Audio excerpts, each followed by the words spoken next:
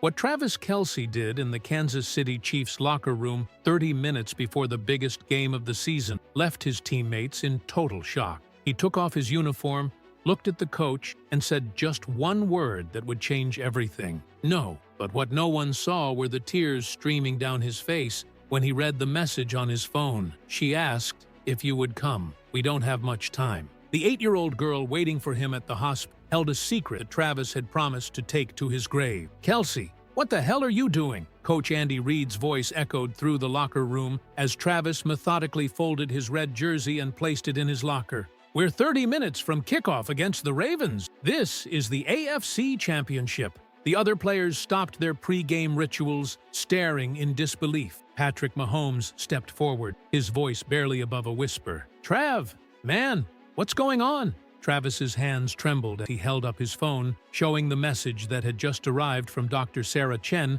at Children's Mercy Hospital. "Emma's condition has deteriorated rapidly. She keeps asking for her Travis. If you're coming, it needs to be now. I made a promise," Travis said, his voice cracking. "5 years ago, I made a promise to a little girl, and I've been running from it ever since." The locker room fell dead silent. Outside, 70,000 fans were chanting his name, completely unaware that their star tight end was about to walk away from the most important game of his career. "What promise?" Reid demanded, stepping closer. Travis closed his eyes, the weight of years of guilt crushing down on him. The night of the accident, there was a second car. The words hung in the air like a confession. Mahomes's face went pale. He remembered that night 5 years ago when Travis had called him, sobbing, saying he'd made a terrible mistake but couldn't talk about it. "Travis," Reid's voice softened. "Whatever happened, I killed her parents." Travis interrupted, his voice barely audible. "Emma Rodriguez. She was 3 years old when I ran that red light on State Line Road, drunk, celebrating my first Pro Bowl selection." The revelation hit the room like a physical blow. Several players took involuntary steps backward. "The media never connected it to me," Travis continued, tears now flowing freely. "My agent, my lawyer, they made it disappear, paid people off. But I went to see her at the hospital afterward. She was so small, so broken. Both parents dead. Internal injuries that would affect her for life." He looked up at his teammates, their faces a mixture of shock and disbelief. "I promised her that night that I would always be there for her. Always. And now she's dying, and she's asking for me, and I—" His voice broke completely. Reid stared at Travis for a long moment. Outside, they could hear the crowd getting louder, the pre-game ceremonies beginning. The biggest game in franchise history was about to start without their star player. "How long does she have?" Reid asked quietly.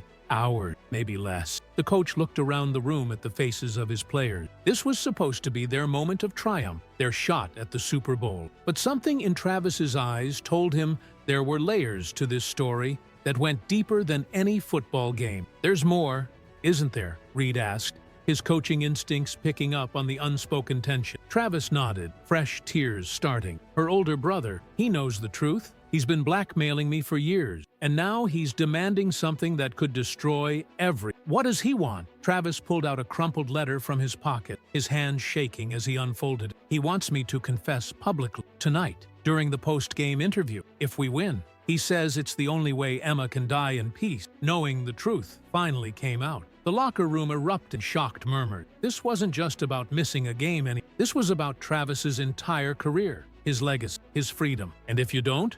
Mahomes asked, though he seemed afraid of the answer. "He goes to the media anyway, with proof. Photos of me leaving the hospital that night. Audio recordings of my lawyer negotiating the cover-up. Everything." Reid ran his hand through his gray hair, the weight of the decision crushing down on all of them. "Travis, if this comes out, I'll go to prison. Vehicular manslaughter, obstruction of justice, who knows what else. My career is over either way." Travis looked around at his teammates one more time. "But right now, there's a little girl dying who thinks I'm some kind of hero. And maybe for once in 5 years, I can actually be that for her." He started walking toward the exit, then paused. "There's something else you need to know," he said, his back still turned. "Emma's brother, he's not just some kid looking for revenge. He's Miguel Rodriguez, the rookie cornerback the Ravens just signed. And he's going to be on that field tonight, waiting for my answer. The door slammed shut behind Travis Kelce as he walked away from the biggest game of his life, leaving his teammates to process the bombshell that would change everything they thought they knew about their star player. Children's Mercy Hospital stood like a fortress of hope against the Kansas City skyline, its windows glowing warm against the cold February night. Inside room 314, Emma Rodriguez lay sleeping, her small body dwarfed by the hospital bed and surrounded by machines that monitored every fragile breath. Travis stood in the doorway, unable to take that final step inside. 5 years of guilt had led to this moment, and he wasn't sure he was strong enough to face what waited beyond that threshold. "She's been asking for you all week," came a voice from behind him. Travis turned to see Dr. Sarah Chen, the pediatric oncologist who had been caring for Emma since her leukemia diagnosis 6 months ago. Her expression was professional but kind, though Travis could see the exhaustion in her eyes. How long? Travis couldn't finish the question. Hours, possibly days, if we're lucky. The leukemia has been aggressive, but it's the complications from her childhood injuries that are making treatment impossible. Her liver never fully recovered from the trauma Travis had caused. "Dr. Chen, does she know about the accident? About her parents?" The doctor's expression softened. "Emma knows her parents died in a car accident when she was very young. She's been living with her grandmother and older brother since then. But the details? We've tried to shield her from the harsh realities." Travis nodded, relief and guilt warring in his chest. "And Miguel, her brother?" Dr. Chen's face hardened slightly. "Miguel has been difficult. He's angry, which is understandable. But he's also been asking a lot of questions about you specifically. Questions that seem unusual for someone who should just be grateful for your support." Before Travis could respond, his phone buzzed. A text from an unknown number. "I'm watching the game. Amazing how quickly you can run when you want to. Room 314. Now, we need to talk. M." Travis's blood ran cold. Miguel was supposed to be on the field with the Ravens, but somehow he was here in the hospital, which meant, "Dr. Chen, has Miguel been here today?" "He arrived about an hour ago. Said he needed to see his sister before." She paused. He seemed agitated, more than usual. Travis felt his world tilting. If Miguel was here instead of playing in the AFC Championship, it meant something had gone terribly wrong. The rookie cornerback had fought his entire life to make it to the NFL, had been given the opportunity of a lifetime with the Ravens signing him just weeks ago. Why would he miss the biggest game of his career unless he's planning something tonight? Travis whispered to himself, "I'm sorry. What did you say?" Before Travis could answer, the elevator doors opened at the end of the hallway. Miguel Rodriguez stepped out, but he wasn't alone. Behind him walked a woman Travis recognized with a sinking heart. Jessica Martinez, the investigative reporter from ESPN, who had been trying to dig up dirt on him for months. Miguel's eyes locked with Travis's across the hallway. Even from a distance, Travis could see the cold fury in the young man's face. At 22, Miguel carried himself with the controlled rage of someone who had been forced to grow up too fast to carry burdens no child should bear. "Dr. Chen," Travis said urgent, "I need you to do something for me. Can you call security? Quietly? Is there a problem?" "There's about to be." Miguel approached slowly, Jessica Martinez trailing behind with a camera crew that had apparently been waiting in the stairwell. Travis realized with growing horror that this wasn't just a confrontation, it was an ambush. "Hello, Travis," Miguel said, his voice eerily calm. "Surprised to see me? I'm supposed to be playing the biggest game of my life right now, just like you were supposed to be." "Miguel, please, not here, not in front of Emma." "Oh, but this is exactly where it needs to happen," Miguel replied, gesturing for the camera crew to move closer. "In front of the little girl whose life you destroyed, the little girl who worships the man who killed her parent." Dr. Chen stepped forward. "Excuse me, you can't have cameras in here. This is a hospital, and Emma is a minor. Emma is dying because of him." Miguel's voice rose, his careful control beginning to crack. "And the world deserves to know the truth." Travis felt the walls closing in around him. "Miguel, I know you're angry. I know you have every right to hate me. But please, think about Emma. She doesn't need to hear this. Not now. She doesn't need to hear that her hero is actually her parents' killer. That every visit, every gift, every moment of kindness has been nothing but guilt money." Miguel's voice was getting louder, and Travis could see movement from Emma's room. She was waking up, Jessica Martinez stepped forward, microphone in hand. Travis Kelce, Miguel Rodriguez is alleging that you were responsible for the death of his parents 5 years ago, and that you've been covering it up ever since. Would you like to comment? The hallway suddenly felt like a circus. Other patients and families were starting to peer out of their rooms. Hospital security was rushing down the corridor. And through it all, Travis could hear a small, weak voice calling out, "Travis! Is that Travis?" Emma was awake. Miguel's expression shifted slightly, his anger momentarily replaced by pain as he heard his sister's voice. "She's been talking about you all week," he said quietly to Travis. "Do you know what she told me yesterday? She said she hoped when she got to heaven she could tell our parents about the nice man who takes care of her." The words hit Travis like a physical blow. "She doesn't remember," Miguel continued, tears now streaming down his face. "She was too young, but she's created this fantasy where they're watching over, proud of how strong she's been. And you've become part of that fantasy." "Miguel?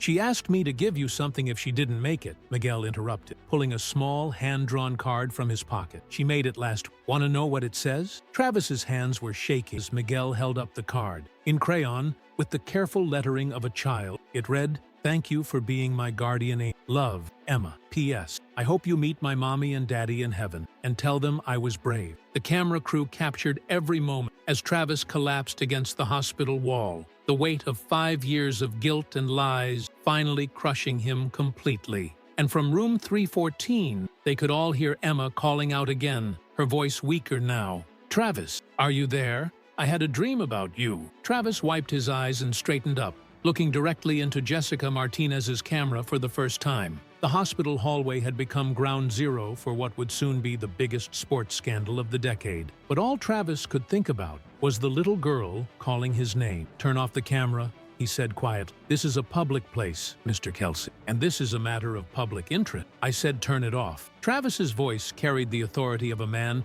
who had nothing left to lose. "I'll give you your story, but not like this, not with her listening." Miguel stepped forward, his face a mixture of grief and rage. "No more delays, Travis. No more lawyer tricks or cover-up. She deserves to know the truth before she—" His voice broke as they all heard Emma calling out again. Weaker this time, Dr. Chen intervened. "All of you need to step back. Your patient needs her brother," Miguel said firmly. "And she asked for Travis. So we're all going in there, and we're going to tell her the truth together." Travis felt his phone buzzing incessantly. The AFC Championship game was underway, and he could only imagine the chaos his absence was causing. Text after text from teammates, coaches, reporters, all demanding to know where he was. But none of that mattered now. "There's something you don't know," Travis said quietly, "about that night. About why I was drinking." Miguel's expression hardened. "Nothing justifies what you did. You're right. Nothing does. But you deserve to know the whole truth before we go in there." Travis took a shaky breath. "I wasn't just celebrating my Pro Bowl selection that night. I had just gotten a phone call from my own doctor. Test results. I was scared." "What kind of test results?" Dr. Chen asked, her medical instincts taking over. "The same kind Emma just went through. I had found a lump. The doctor wanted more tests, but the preliminary results suggested—" Travis's voice faded. Miguel's anger faltered slightly. "Suggested what?" "Testicular cancer, stage 2, possibly 3. I was 26 years old, at the peak of my career, and I thought I was going to die." Travis looked directly at Miguel. "That doesn't excuse what I did. Nothing excuses killing your parent, but that's why I was drinking alone that night. That's why I wasn't thinking clearly." Jessica Martinez, who had been respectfully keeping her camera lowered, couldn't help but ask, "What happened with your diagnosis?" "False positive. Additional tests a week later showed it was benign. But by then," Travis gestured helplessly at the hospital around them. Miguel stood silent for a long moment, processing this new information. Finally, he spoke. "You've known Emma had cancer from the beginning, haven't you?" "That's not a coincidence." Travis nodded. "When I heard about her diagnosis 6 months ago, it felt like the universe was asking me to finally make things right, or punish me. I still can't tell which." "Travis?" Emma's voice called out again, and this time they could all hear how much weaker she had become. Miguel looked at his sister's door, then back at Travis. "She's dying because of complications from injury you caused. Her liver, her immune system. The doctors say the childhood trauma made her more susceptible to the cancer. I know. Do you? Do you really understand that every day she's suffered, every treatment, every moment of pain, that's all because of you? Travis met Miguel's eyes. Yes. And that's why I need to tell her myself. Dr. Chen stepped between them. Gentlemen, whatever needs to be said, it needs to happen now. Emma's vitals are declining rapidly. As they prepared to enter Emma's room, Travis's phone rang. It was Coach Reed. Travis, where the hell are you? We're down 14-0 and Mahomes is asking for you. The whole team is falling apart. Travis looked at Miguel, at the camera crew, at the door to Emma's room. Coach, I need you to know something. Tomorrow, there's going to be a story about me, about something I did 5 years ago. And when it comes out, Travis, whatever it is, we can handle it together. Just get back here. We need you. I killed a little girl's parents, Coach. I was drunk, I ran a red light, and I killed them. And then I covered it up. The words came out in a rush, like poison finally being expelled from his system. The silence on the other end of the phone stretched for an eternity. Travis. Reed's voice was barely a whisper. I've been visiting their daughter for 5 years. She has cancer now, and she's dying, and she thinks I'm some kind of hero. Travis felt tears starting again. I can't live with that lie anymore. Son, listen to me. Tell the team I'm sorry. Tell them to win this one for Emma. Travis hung up and looked at Miguel. Ready? Miguel nodded, though Travis could see the young man was struggling with conflicting emotion. The desire for justice warring with his love for his sister. They entered Emma's room together. Emma Rodriguez was 8 years old, but cancer and years of medical treatments had made her appear younger and older simultaneously. Her face was gaunt, but her eyes still held the brightness of childhood wonder. When she saw Travis, those eyes lit up with a joy that nearly brought him to his knees. Travis, I knew you'd come. I told Miguel you'd come. Travis approached her bed slowly. Miguel close behind. Hi, sweetheart. How are you feeling? Tired, but better now that you're here. She looked past Travis to Miguel. Did you tell him about my dream? Miguel's voice was gentle when he spoke to his sister. All his anger temporarily set aside. Why don't you tell him yourself, mija? Emma struggled to sit up, and Travis instinctively moved to help her. The simple gesture, this man who had destroyed her family now tenderly caring for her, wasn't lost on Miguel. I dreamed about Mama and Papa last night, Emma said, her voice weak but excited. They were standing in a beautiful garden, and they looked so happy. And you know what they told me? Travis could barely speak. What did they tell you? They said they weren't angry anymore. They said forgiveness is what makes angels out of regular people. Emma reached for Travis's hand with her small, frail finger. They said they're guardian angels taking good care of me. Miguel made a sound that was half sob,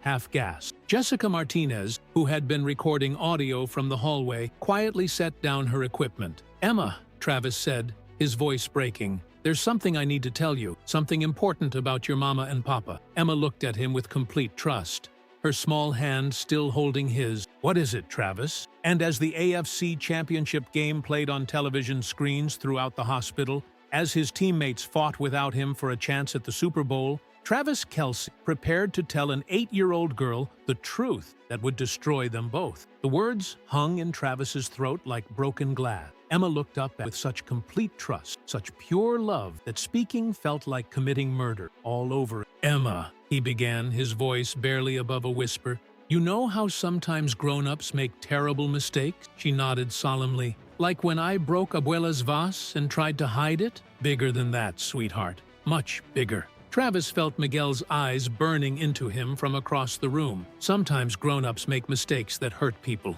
really badly. Emma's expression grew concerned. Are you in trouble, Travis? Before Travis could answer, his phone exploded with notification. The AFC Championship game had been paused due to what ESPN was calling an unprecedented player emergency. Video of Travis leaving the stadium had gone viral. Where is Travis? Was trending worldwide. But worse than that, Jessica Martinez was apparently not the only reporter who had caught wind of the story. Travis's phone showed dozens of missed calls from news outlets, sports networks, and tabloid magazines. Miguel, Doctor, Chen whispered urgently from the doorway. There are more reporters arriving downstairs. Hospital security is setting up a perimeter, but Miguel's face went ashen. This was spiraling far beyond what he had planned. He had wanted justice, wanted the truth to come out, but seeing his dying sister in the middle of a media circus was clearly not what he had envisioned. "Travis," Emma said, tugging on his sleeve to get his attention, "you look scared. Don't be scared. Remember what I told you? Angels protect people." Travis felt something break inside his chest. He looked at Miguel, then back at Emma. "Emma, what if I told you that sometimes the person you think is an angel isn't actually a good person at all?" Emma frowned, her young mind struggling with the concept. "But you are good. You take care of me. You bring me presents. You make the pain go away when you visit. But what if the reason you're in pain in the first place is because of something I did?" Miguel stepped forward, unable to watch this torture any longer. "Emma, mija, we need to tell you something about Mama and Papa." Emma's eyes moved between her brother and Travis, sensing the gravity of what was coming even if she couldn't understand it. "What about them?" Miguel knelt beside her bed, taking her other hand. "Do you remember anything about the night they died?" Emma shook her head. "I was too little, but Abuela told me they went to heaven because of a car accident." "That's right. There was a car accident." Miguel's voice was steady, but Travis could see the tears building in his eyes. "But Emma, the person driving the other car, the person who caused the accident." He couldn't finish. Despite 5 years of anger, despite planning this confrontation, Miguel couldn't bring himself to shatter his little sister's world in her final hour. Travis understood. This burden, this moment, was his to bear. "Emma," Travis said softly, "I was driving the other car." The words fell into the room like stones into still water, creating ripples of shock and confusion. Emma blinked slowly, her young mind trying to process what she had just heard. "You were there? When Mama and Papa went to heaven?" "Yes." Did you try to help them?" The innocence of the question nearly destroyed Travis. "Emma, the accident was my fault. I made a terrible mistake, and because of that mistake, your Mama and Papa died." Emma stared at him for a long moment, her face cycling through confusion, disbelief, and finally a crushing realization. You hurt Mama and Papa?" "Yes." The heart monitor connected to Emma began beeping faster as her pulse quickened. Dr. Chen stepped forward, checking the machines with growing concern. "Emma, honey, you need to stay calm." "Get out!" Emma screamed, with a strength that shocked everyone in the room. "Get out! Get out! Get out!" She began pulling at her IV lines, trying to remove them, trying to get away from the man she had trusted, the man she had called her guardian angel. "Emma, please." Travis reached for her, and she flinched away, as if his touch burned her. "Don't touch me! You killed them! You killed Mama and Papa!" The heart monitor was now screaming as Emma's pulse spiked dangerously high. Dr. Chen was calling for nurses, for sedative, but Emma's small voice cut through all the chaos. "Miguel! Miguel! Make him go away! I don't want him here! I don't want him here!" Miguel was frozen, watching his sister's world collapse in real time. This was what he had wanted, for Emma to know the truth, but seeing her pain, her betrayal, her terror. "Emma, mija, please, calm down. You knew." Emma's accusation hit Miguel like a physical blow. "You knew, and you let him. You let him pretend to be good. You let him lie to me." Dr. Chen was injecting something into Emma's IV line, trying to calm her down, but the emotional trauma was proving harder to treat than any physical symptom. "I hate you!" Emma screamed at Travis, her voice breaking with sobs. "I hate you. I want Mama. I want Papa. I want them, and you took them away." Travis backed toward the door, his own heart breaking as he watched the little girl who had seen him as her protector now look at him with pure terror and hatred. "Emma, I'm sorry. I'm so sorry." "Sorry doesn't bring them back." The sedative was starting to take effect, but Emma's sobs continued as her eyes grew heavy. "Miguel," she whispered as sleep began to claim her. "Don't let him come back. Promise me. Don't let the bad man come back." As Emma drifted into sedated sleep, the room fell into a horrible silence. The heart monitor returned to its normal rhythm, but the emotional devastation was complete. Miguel stared at his sister's peaceful face, then turned to Travis with an expression of such rage that Travis actually took a step backward. "Get out," Miguel said quietly. "Miguel, Get out!" Miguel's voice exploded through the room. "You got what you wanted, didn't you? You told her the truth. You cleared your conscience. And now she's going to die knowing that the person she loved most in the world was the one who destroyed her life. Travis felt something dying inside himself. That's not what I wanted.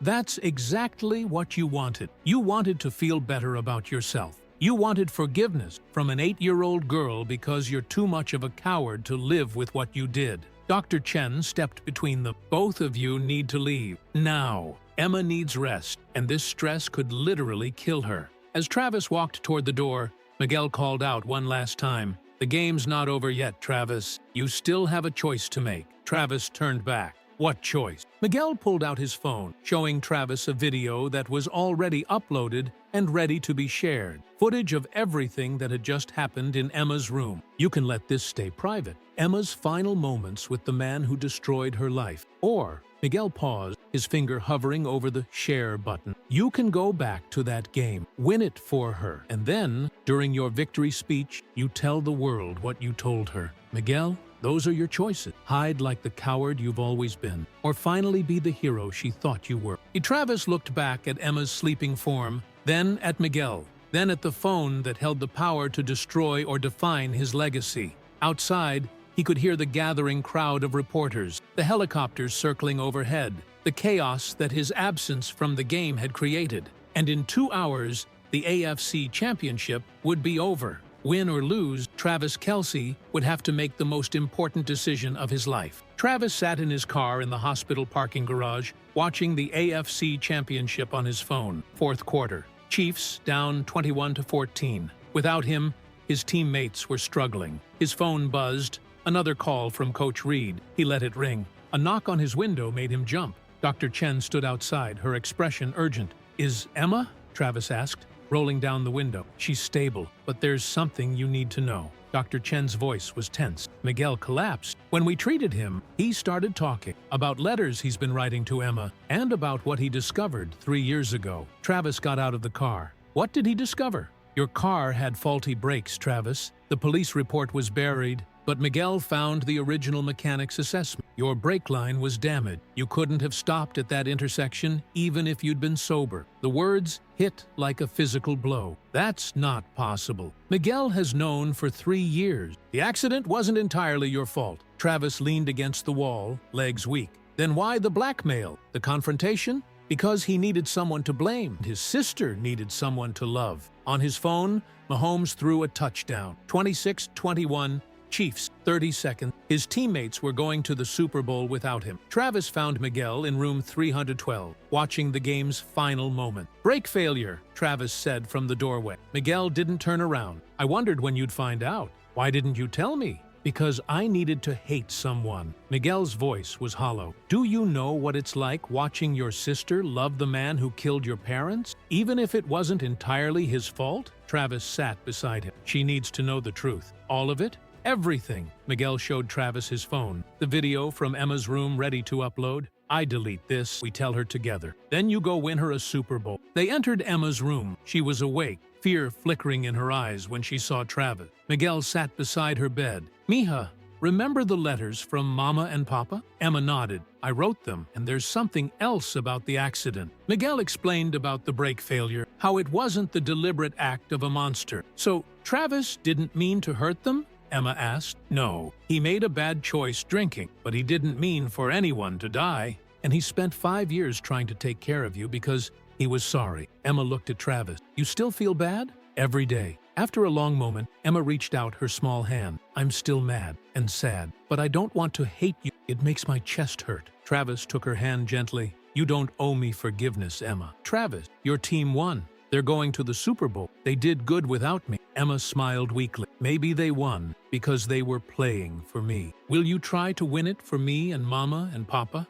"I promise." "When you win, will you point to the sky so I can see it wherever I am?" "I promise." Emma passed away peacefully 1 week later, surrounded by love. 3 weeks after that, Travis Kelce stood on the field holding the Lombardi Trophy. As promised, he pointed to the sky. In his interview, he told the world about Emma, about redemption, and the little girl who taught him what it meant to be a real guardian angel. The Emma Rodriguez Foundation was born that day, providing support for children with cancer. Because sometimes being a guardian angel isn't about being perfect. Sometimes it's about being broken and choosing to heal others while learning to heal yourself.